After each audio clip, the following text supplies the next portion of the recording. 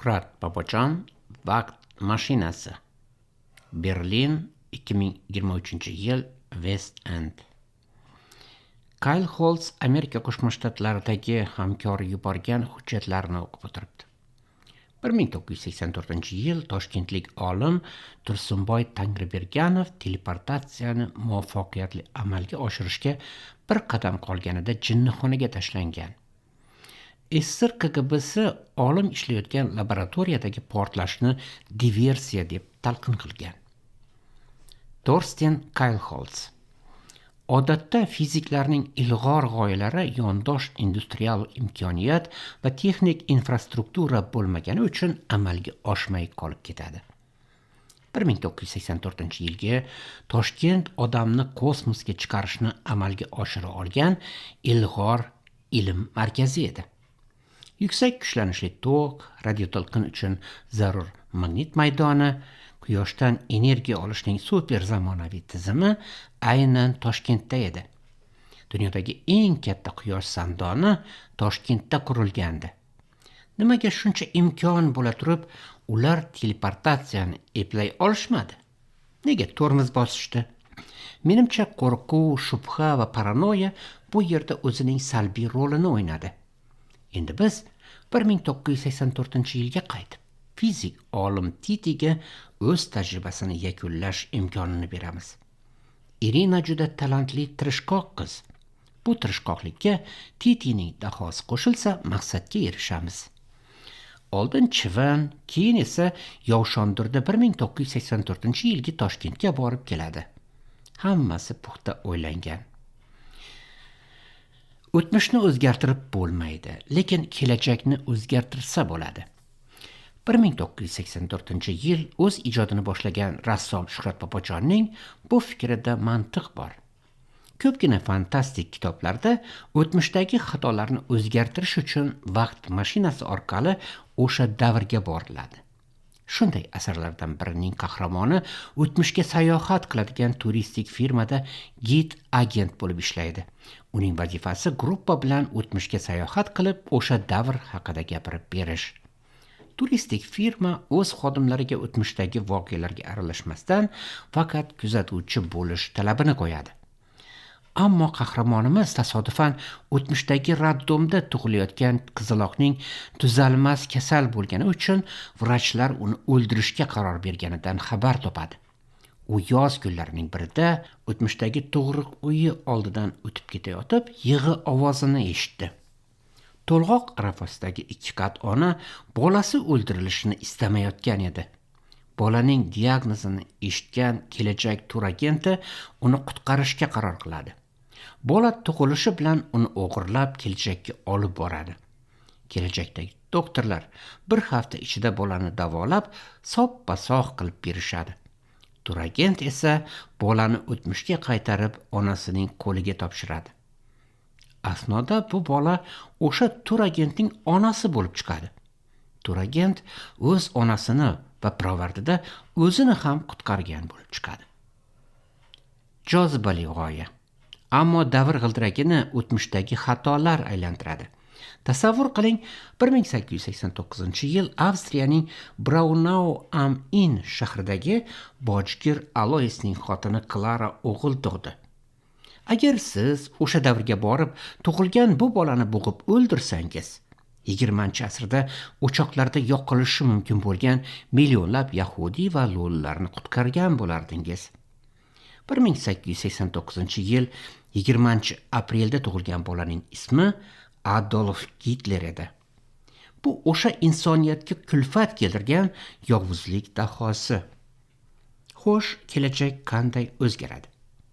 O'tmishni o'zgartirib bo'lmaydi. Yozuvchi Son Svitlichning Yo'qolgan dunyo asarida o'tmishdagi odamlar kelajakka borib, texnika yangiliklarini o'rganib, o'z hayotlarini yaxshilashadi. Bu endi bir ezgu orzu xolos. Ammo siz bolangiz kelajagini o'zgartira olasiz. Qizingizni nemis tili muallimiga olib borib til o'rgatdingiz deylik. Keyinroq qizingiz Germaniyaning Goethe instituti O'zbekistonda tashkil qilgan til kurslariga qatnaydi. Tilni yaxshi o'zlashtirsa, nemis elchixonasi ko'magida Germaniyaga 2 haftalik sayohatga borib keladi. chet tillar institutiga grantga kiradi. Büyük ehtimolda Germaniya, Avstriya yoki Shvetsariyada ishli, uyli joyli bo'ladi. Eng muhimi, uni yaypanlik zombi urib o'ldirmasligi kafolatlanadi. Siz bolangizning kelajagini o'zgartira olasiz. Men bunga aminman.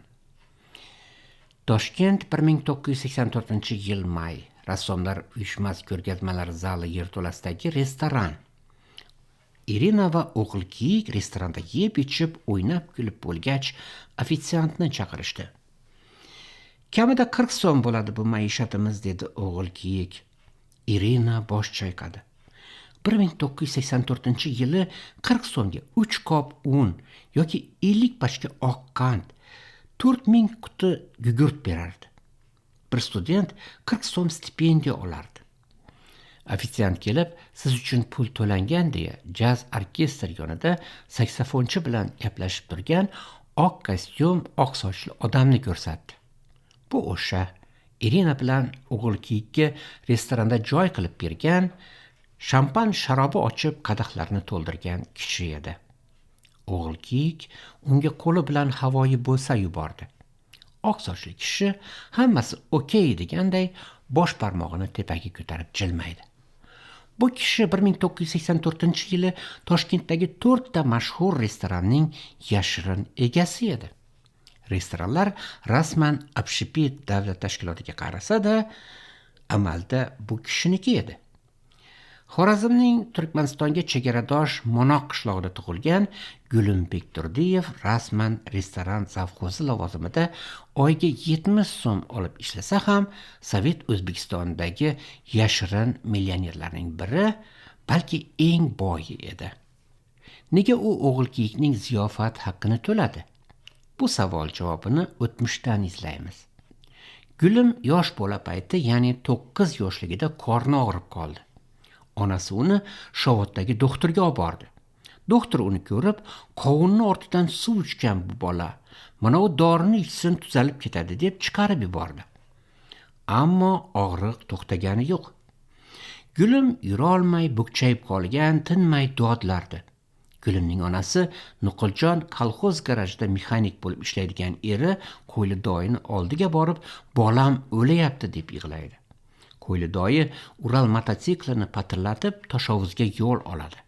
Mototsikl kajavasida Nuquljon opa o'g'lini bag'riga bosib o'tiribdi. O'sha kuni Kiyevdagi tibbiyot institutidan Toshovuzdagi klinikaga interna o'tash uchun kelgan Anna Qilichkaka-Geldiyev kasalxonada dejur edi. Bolani ko'rgach bosh chayqab, ko'richagi yorilib ketibdi. Tirik qolish sansi 0,5% deydi. Ona bu diagnozni eshitib hushidan ketadi. Ismomiddagi Avliyo go'rida qora qo'chqor so'yib Tangridan tilab olgan bolasini qutqarish uchun Qo'ylidoyi doktorga yolbordi. Aslida hamma ayb Shovotdagi mol doktorida edi. Bu mol doktori ko'richak bilan oddiy ich buzilishini farqlay olmagandi. Agar Gulimga o'z vaqtida yordam ko'rsatilsa, bunday осложнение bo'lmasdi. Anna Qilich Kiyevdagi afsonaviy yahudiy xirurg Sitkovskiy qo'lida o'qirdi. Nikolay Borisovich aynan ko'richak va uning asoratlari bo'yicha esirdagi yagona mutaxassislardan biri edi. Gulimni darhol operatsiya stoliga yotqizishdi. Yorilib ketgan ko'richak organizmni zaharlamasligi uchun o'sha davrning mislsiz operatsiyasini taka turkmanlardan bo'lgan Anna Qilich Kaka-Geldiyev Toshovuzdagi klinikada amalga oshirdi. Gulim narkozdan chiqqanidan keyin yana 1 oy kasalxonada qoldi. U deyarli ovqat yemas, kundan kun ozib borardi. Ammo 1 oydan keyin Gulim tuzala boshladi. Yosh organizm kasalni yengandi. Qo'ylidoyi shoxi bir aylangan oq qo'chqorni Toshovuz kasalxonasi oldiga bog'lab qo'yib, bolasini qutqargan doktor Anna Qilichni quchoqlab yig'ladi. Anna Qilich o'shanda Kiyev tibbiyot instituti 5-kurs studenti edi xolos. Siz yozuvchi va rassom Shuhrat Bobojonning Vaqt mashinasi 1986 audio kitobi 20-qismini tingladingiz. Davomi bor.